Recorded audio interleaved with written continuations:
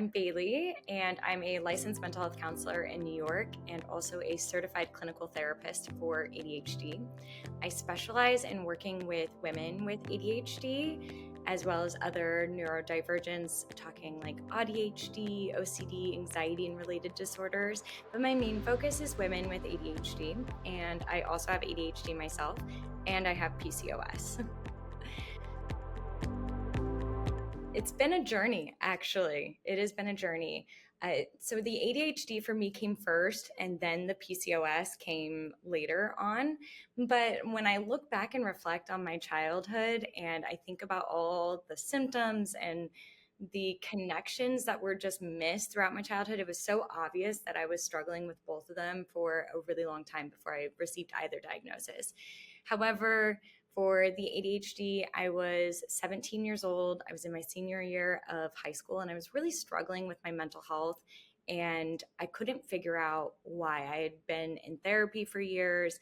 I was taking anxiety medication, and I felt no difference, and it felt like nothing was working. And I was still just really struggling and felt like such an outsider in my life. And I don't know what prompted it exactly, but I was up late, and I remember being up really late in my room.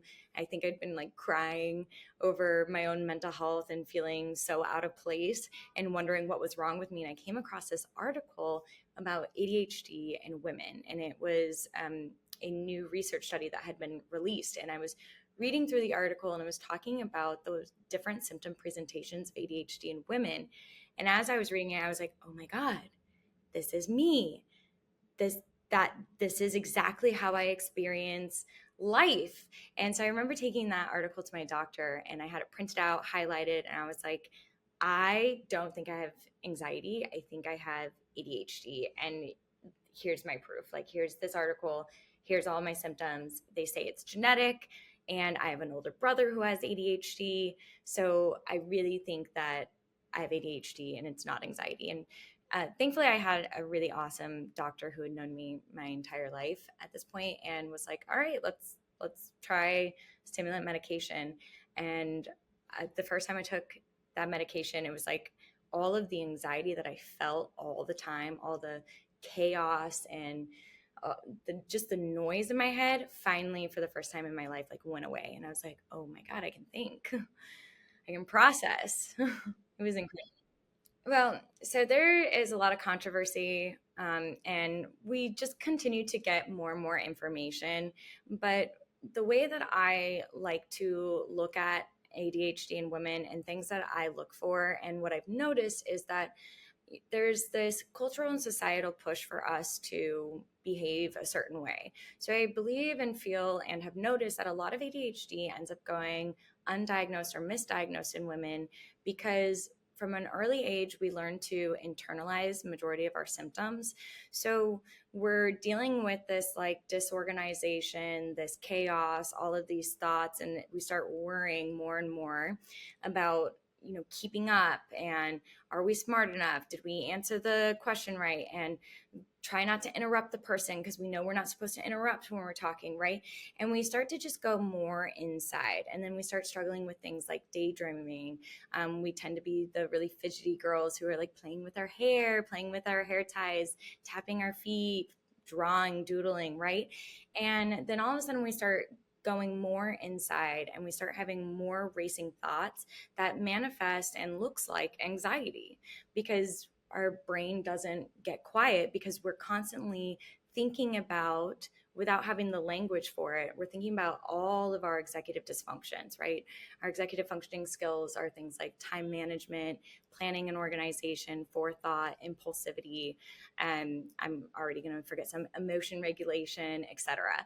And we are constantly thinking about that, like, why am I having this such like an emotional reaction? Like, it's not that big of a deal, calm down, nobody else is upset, right? This is like our internal monologue constantly. And because we tend to be more inwards and present less outwards, and when we do present outwards, it's presented as anxiety, but like rightfully so, and or depression, we get missed. So I have a very interesting story with PCOS. And again, like when I go back and I think about my childhood and I think about when I started having like really exaggerated symptoms of ADHD and really struggling to keep up, manage my mood, etc., was around the time that I started my menstrual cycle. And that's what it's like for most women, actually. That's why the symptom presentation for women with ADHD tends to be around the age of 12 years old, because that's when we are going through these great hormonal changes, right? And so thinking back on that, you're going through this hormonal change, and PCOS is something that is genetic as well. And we have it our whole life, but it really manifests and presents when we start going through puberty and our hormones start being like all over the place. What are we doing? What's happening? Like what's happening? What are we going to do next? Right. All of us kind of go through this, but for women with PCOS, this can sometimes be like even more exaggerated because our hormones, it's similar to ADHD, right? ADHD is not an attention deficit disorder. It's an attention disorder and like being able to shift or focus our attention on one thing for a long period of time, right? It's an attention regulation. So similarly, PCOS is a hormone regulation disorder. Our bodies struggle to regulate our hormones, right? So for me, I started to experience symptoms of PCOS almost immediately, and would miss school frequently, but just kept getting like, oh, it's just your period, try birth control, or oh, we did this MRI and we saw cysts on your ovaries, but that's normal, they'll go away, right, etc. And after many years of trying so many different birth controls, having horrendous symptoms. What is that? I'm missing a word. Having horrendous side effects. There we go. That's the word I was looking for. To birth controls, and here's where I say like my PCOS is very interesting. Is birth control actually exacerbates my PCOS symptoms rather than treating it. So I started like my hair was falling out like crazy. I would gain so much weight. I had like really big puffy cheeks and would struggle to be able to lose weight. I had really terrible hormonal acne. I went through like so many different acne treatments. I did Accutane twice, and other acne treatments, and it would not go away. And then on top of that, like super painful periods, really irregular periods, even on birth control. It was super irregular. And they just kept saying like, oh, you need a stronger hormone. Like we just need to put you on a higher hormonal birth control. And that would just make it even worse, where to the point where I was having my period for like sometimes up to like 45 days. And it was terrible. And so I was fed up, and I was really upset about my skin. I was engaged and going to be getting married, and I started working with this dermatologist, and the dermatologist looked at me and she was like, you ever heard of PCOS? And I was like, kind of, but I don't think I have it. And she's like, I think we need to go get your hormones tested. And she sent me to an OB who was like, you sound like you're intolerant to birth control. I think we need to take you off of birth control right away and do a hormone test. And so I ended up going and meeting with an endocrinologist. And actually my hormones came back within the normal ranges on the hormone test, which was wild, but they were so borderline. And I had all of the other symptoms of PCOS that my endocrinologist was like, no, you're borderline, you have all the symptoms, even though your hormones are within that normal range, I'm going to give you a provisional diagnosis of PCOS, and I want you to go get an ultrasound. And sure enough, I show up for this ultrasound, and the tech looks at me and she's like, you don't look like someone with PCOS. Do you even know what that is? And I was like, oh my God. Mind you, I've been trying to figure out what is going on with me for 16 years. And the ultrasound tech does the ultrasound. She finishes, looks at me, and she goes, I'm sorry. I was wrong. You do have PCOS. And I was like, I know. Thank you. Now, I'm like a very unique case of PCOS, a very rare case of PCOS. For a lot of women, hormone birth control is a phenomenal treatment for their PCOS. And so this is where I think like, everybody's body is different, and PCOS is going to show up, look like, and be treated differently in every individual body. The same with ADHD. I don't take hormonal birth control at all, because I have tried like everything. I've had the implant in the arm, I've had the IUD, I've taken like multiple different types of the pill, and I've never felt better since going off of it. And it has actually made it so much easier for me to manage my symptoms. So, how did you find out about the connection? Was that something that came later, kind of once you got more into your field, or how did you discover that these could be related? I love this question. It was actually kind of through observation. I'm really lucky to be involved with some really incredible organizations. And as I was coming out, being more open about my own ADHD, and I was specializing it and started building my practice around it and doing more education around ADHD, I started to notice a trend that a lot of women with ADHD in my life also had PCOS. And I was like, that's weird. Why is it that like half of you have PCOS, half of you don't? And also, how come we all seem to be having ADHD too? Like, what's going on here? So I really wanted to understand the link between the two. And then I started doing more and more research and started understanding and realizing, oh my God, yeah, wait, that is exactly what happens for me. This is my experience. But also, like, okay, there's a relationship between ADHD and hormones, and we know the relationship between ADHD and hormones. But what if you have a hormone dysregulation disorder and you have ADHD? How does a hormone dysregulation disorder also impact ADHD? And so then I started getting curious about the relationship, and also just trying to understand how they can interact. Is there a link between the two of them? Unfortunately, there is not a lot of information out there and not a lot of research out there. I wish there was more. But from what I can gather from the very little minimal research that's out there, it kind of makes sense once you understand it that PCOS is a neuroendocrine disorder, meaning that it impacts the neural pathways within our endocrine system. Yeah, having PCOS and ADHD is really interesting because essentially PCOS impacts our executive functioning because it's also impacts our prefrontal cortex, just like ADHD. So, in understanding this, it's very I found that it was important and really helpful for me to be more patient with myself and to also be a lot kinder with myself on better understanding the fluctuations in my executive functioning, knowing that my hormones are pretty dysregulated already naturally, that I can do whatever, I can do as much as I can to regulate my hormones, but my body's going to be my body. So it's better to just like try to understand the unique way that my body is working with itself and how can I support and also how can I accommodate those needs. So like I said, I specialize a lot with hormones and ADHD and really understanding how our hormones impact our ADHD because a recent research study came out on the multiple hormone sensitivity theory. And what's awesome about this theory is that it studied women throughout their cycle and noticed that we're going to express different executive functioning deficits during different phases of our cycle. So, in understanding that and understanding that I have a hormone dysregulation disorder, I can then identify what executive functioning skills I struggle with and when I'm most likely going to be struggling with them throughout my cycle.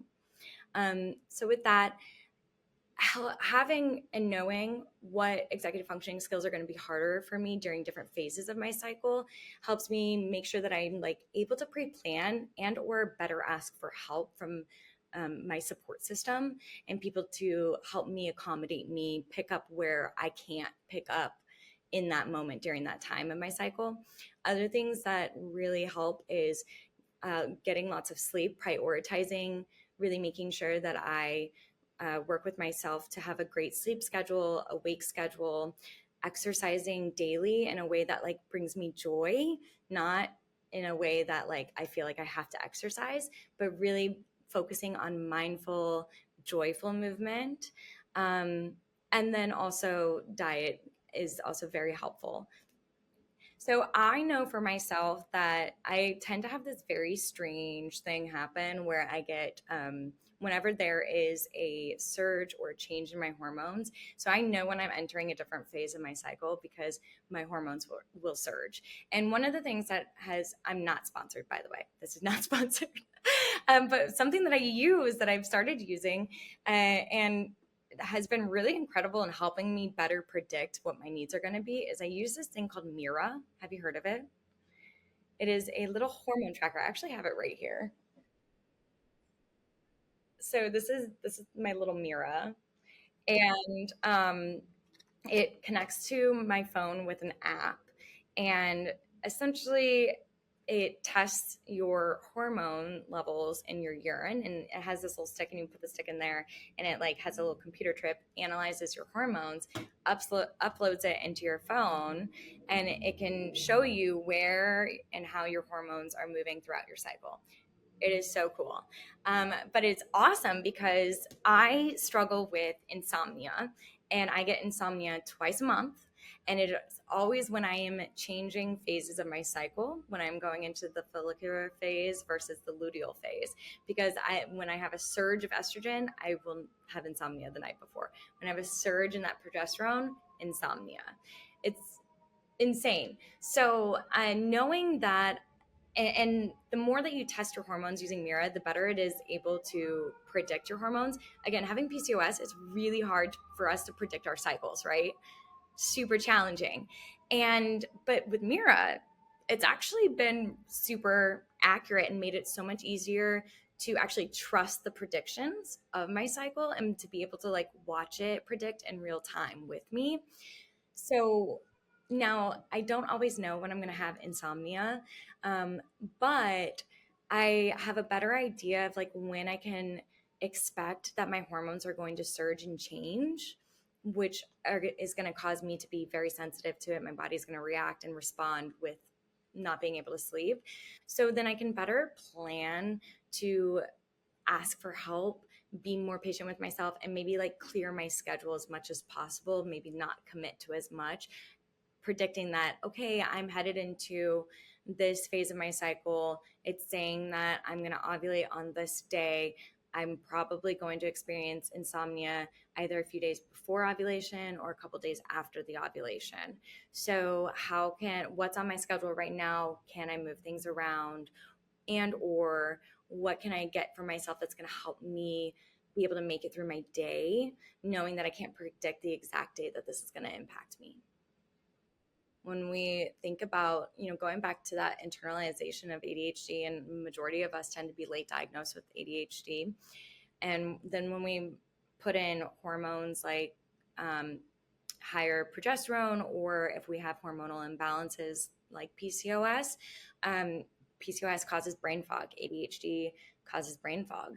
And it can be really challenging, again, going back to like we've become to like internalize and feel like why is it so hard for me to be able to keep a routine? Why can't I show up the same way I did at the gym yesterday today? Why do I feel like so little motivation and energy, and how come everyone else can do this and I feel like I can't do it?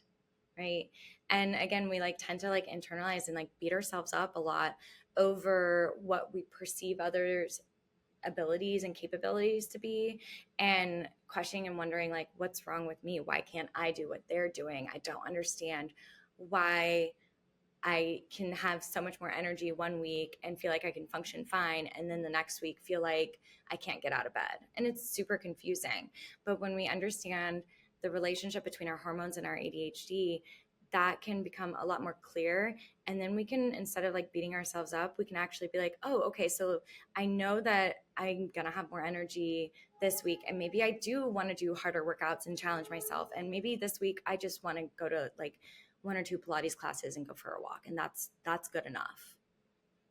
During the luteal phase and menstrual phase, so PCOS, our ADHD symptoms are we're going to see a decline in our ADHD, like our executive functioning skills, about 10 days before we menstruate. And this can vary for everyone, but typically, like we start to like feel sluggish, more brain fog, more irritability. Our emotion regulation is really challenging. I become like a crybaby right before my period. Yeah, so cycle syncing is essentially learning to adapt your lifestyle to fit with your menstrual cycle. Because knowing that our menstrual cycle is going to impact like our energy, motivation, cognitive processing, and our emotions, right? And physically too. So I use this in my therapy with my clients because, like 9 out of 10 times, I want to say 10 out of 10, but I'll say 9 out of 10. As I started learning more about ADHD and hormones, the impact hormones have on ADHD, endocrine disorders, and in the relationship between endocrine disorders and ADHD, I can almost always know when my clients are on their periods, like on their menstrual cycle. And and that's typically because they all show up with a very similar presentation, kind of different, like it differs, everyone's individual, but there are some like common key pieces of like more emotion dysregulation, whether that is like more sad feelings, like more frequent crying, lower motivation. Some women present with more irritability and anger and frustration.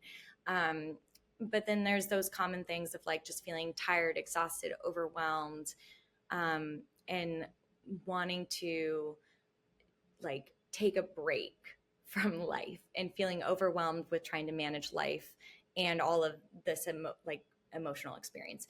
And so typically when like and or they come and they're like, I don't know why I'm just like so sad. I'm like, where are you at in your menstrual cycle?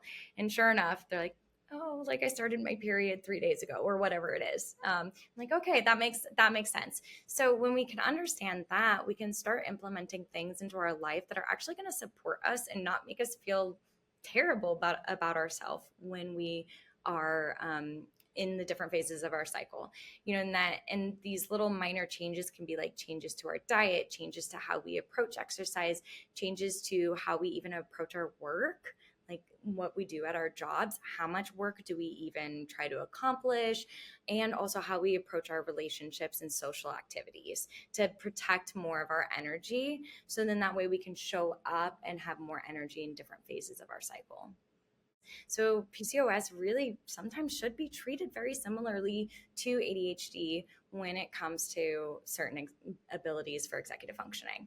And what I do with my clients is, I encourage like eating more of a whole foods diet, whatever works for them, uh, when they can, like, how can we cook more? How can we try and implement, trying other foods or, meal planning, meal prepping in a way that works for us. Again, I work with a lot of women with ADHD. Meal prepping and meal planning can be really hard.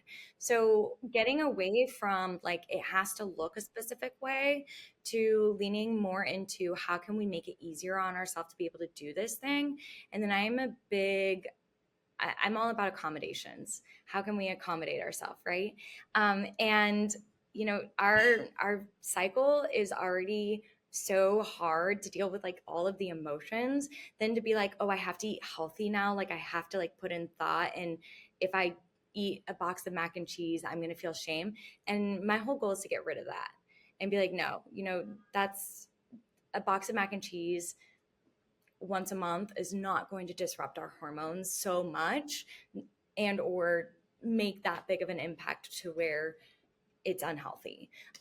So I'm more focused on like, okay, we're struggling with meal planning, meal prepping. How can we accommodate how can we supplement ourselves and make it easier for ourselves to reach for the healthier option that we know that we want, while also, you know, acknowledging and eating within moderation that like food is food. And at the end of the day, it's going to fuel us. And that's what we need.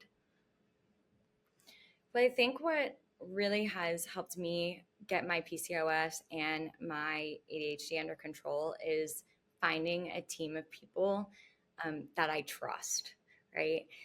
So I think PCOS also can be really frustrating and hard because there is no cure. And same with ADHD, there's no cure.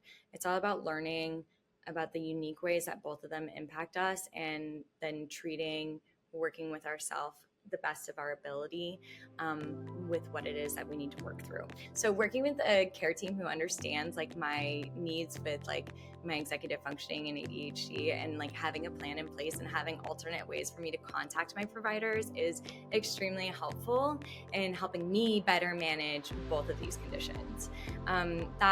And also working with my like friends and family, helping them, like educating them on ADHD, educating them on PCOS, better understanding the unique ways that it like impacts me, and then being able to communicate what I'm noticing and what I have observed of myself, that like the things that I struggle with.